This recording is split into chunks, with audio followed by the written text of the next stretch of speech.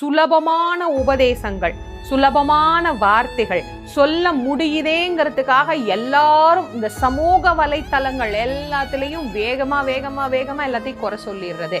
பாரதி சொன்ன ஒரு வரி தாங்க எனக்கு ஞாபகம் வருது.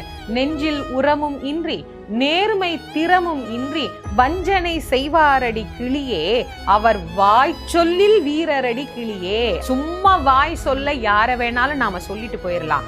ஆனா சொல்லுவதை வாழ்க்கையில் கடைபிடித்து அதன்படி வாழ்வது அப்படிங்கிறது ரொம்ப ரொம்ப கஷ்டமான ஒரு விஷயம். இனிமே யாரையாவது குறை சொல்ல போறீங்கன்னா முதல்ல இப்படி கை காட்டுறதுக்கு முன்னாடி 3 விரல் நம்மளை காட்டுது இல்லையா?